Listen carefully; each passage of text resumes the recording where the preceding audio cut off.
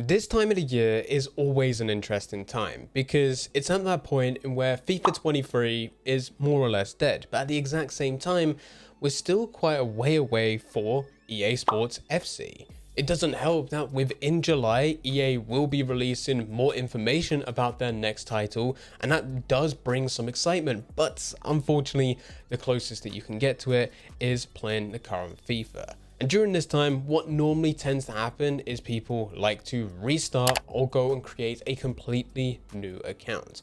Today, we're going to be going through the most efficient way that you can go through FIFA 23 Ultimate Team if you're going to go and do the end of year routine. But before we do get into the video, if you're really just looking to have fun with this game, then I highly recommend that you head over to SkyCoach. SkyCoach offers cheap, fast and reliable FIFA 23 coins so that this time of the year it doesn't need to be a grind. You can just go and buy the players that you want to play with. Life becomes incredibly easy at this point because player prices have dropped so much. You're getting great value for money. If you're interested, there is a link in the description down below, and if you use code Fanatic, you'll also get yourself a 10% discount. Nice. Starting Ultimate Team at the end of the year is a different process to starting Ultimate Team at the beginning of the year.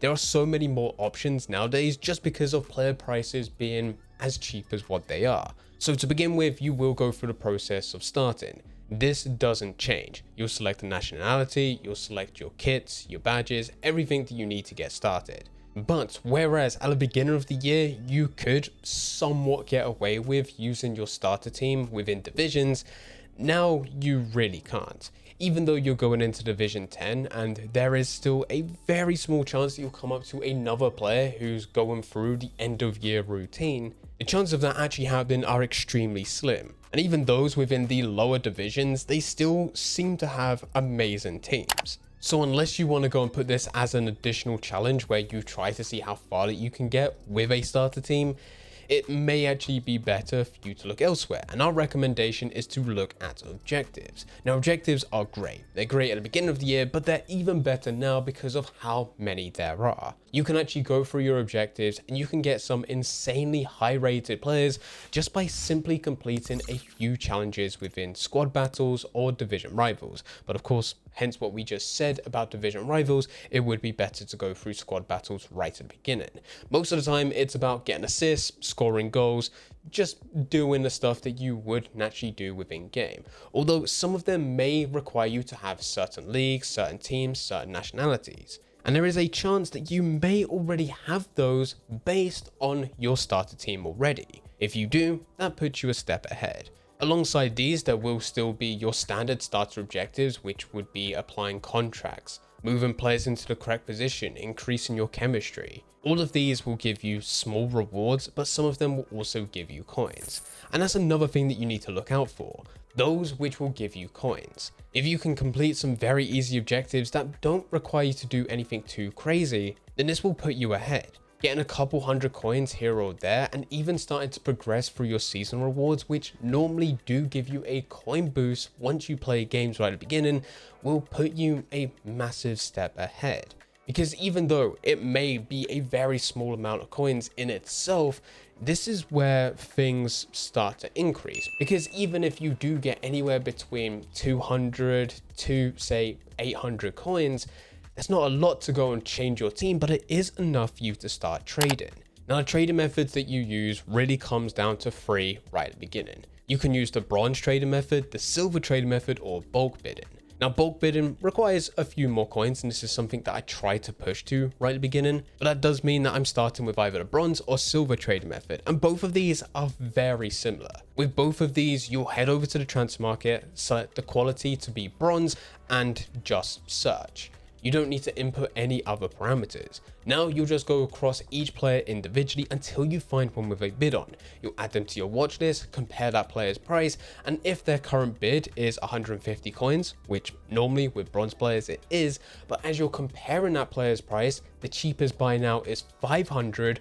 What you can do is put a 200 coin bid in, and it's likely, because yet again it's a bronze player, that you'll win that deal. And once you go and list them, you'll go and put them up to 450 coins as the buy now, just undercutting the cheapest on the market so that yours is the cheapest. Now with just a couple hundred coins, you will only be able to get a couple players with this. As you can tell, you will be able to double your coins with these players.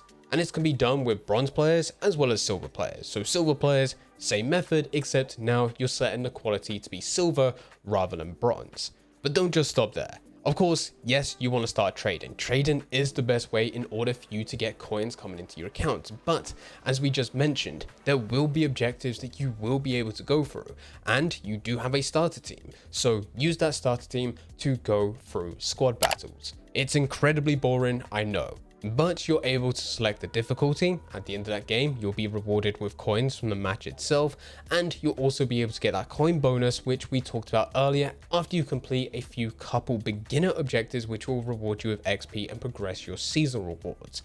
Just from this match itself, depending on what that coin bonus is and depending on how well you perform within that game, will depend on how many coins you get. But typically, you're going to be getting at least 1,000 coins. From this, hopefully you've also used some players which can be used to complete certain objectives. These will either be packs, coins, or players. And once that game's finished, we're also hoping that some of those players that you did go and buy into have sold. Yes, they're either bronze or silver players, and they're not going to be going off the shelves, especially at this point in FIFA, but you should be able to sell a couple. And with the coins that you just managed to go and get, you're not going to build your team, you're going to put them back into those trading methods. For you to do the exact same thing again. Buy bronze and silver players, list them onto the transfer market until you have next to nothing left. You're then going to go into a squad battles game. You're going to complete that game, get the coins from the match, get the coins from the coin boost, hopefully complete some more objectives by playing with certain players within that game. And by the time that you're done, you've also managed to go and sell those players. Typically, what I try to do is keep this going up until you get to 10,000 coins, which it does sound like quite a bit right at the beginning, but as long as you're going through this process, it will take 4, maybe 5 games at the max. It really doesn't take too long, because what you're doing is making your coins work for you rather than you working for coins, which is a much better return than if you were to just go and play a game, buy a player to improve your team, to then have no coins left to go and do the exact same thing again. Once you get to 10k, that's when you can start looking to buy players for your team. And yet again, following the exact same principles, I don't go and use all 10,000 coins to immediately buy every single player to improve my team. I would still carry on doing this method. I would keep on going into squad battles matches whilst trading in between them and whilst looking to complete objectives. Hopefully at this point, you've managed to win some of those objectives and actually complete them so that you've actually got some rewards, whether that be players or even packs. That will definitely set you up to improve your team. And you keep this going until you do have a full gold team. And it's at that point in which you can go into division rivals. In fact, it's recommended. We won't go into division rivals before this because it would be tricky. Even with a starter team in Division 10, you're likely coming up to some godly teams. Teams that you would never expect to face off against. Now this has actually got worse and worse every single year in terms of it being the beginning of Ultimate Team. Even at the beginning of a brand new foot, everyone does have a godly team. With the amount of FIFA points that they're putting on, the Ultimate Editions that they buy into, the early access, the web app, you name it. Everyone does have a godly team, but if that's going to be the case right at the beginning of the year, just know that by the end of the year, it's not going to be any better. Now, of course, with this, if you did want to challenge yourself, you could go into division rivals with your starter team. And if you are a competent player and you're able to actually win games with this, you would be in a better position. Games tend to be quicker, more entertaining, and they're going to give you a higher coin reward.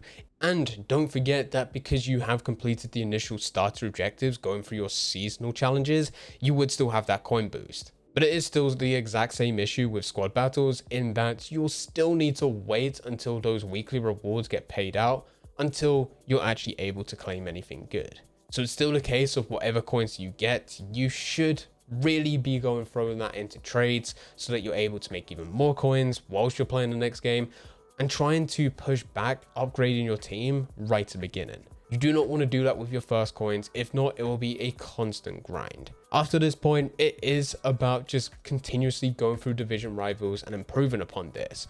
You should be able to, at this point, start using a bulk bidding method. No longer looking at bronze and silver trading methods, but just trying to find a player that's going to give you 100, 200, maybe slightly more coins profit every single trade, and trying to get 10, 20, 30, 40, 50 of them all listed onto the transfer market at the exact same time.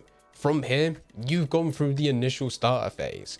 It's no longer about going through the grind, but now just trying to improve upon what you've already started. You can get some high rated rare gold players, team of the season players, some just godly players within game now for 20, 30, 40, 50k. Some, such as Mbappe, is around about 170,000 coins, which still sounds like a lot right at the beginning, but it really isn't. Between now and the end of FIFA 23, you could probably build a much better team than what you've been able to do since the beginning of FIFA 23 when it was first released to now, which is crazy to think about, but that just goes to show how much player prices have just dropped. And of course, we cannot forget that by creating a new account, that does unlock a few loyalty bonuses once you go around to EA FC. And once that finally releases for you to start Ultimate Team there, you now have your main account as well as this one if you have got it on 2 separate accounts. If you do have any questions about anything, then please let us know in the comment section down below.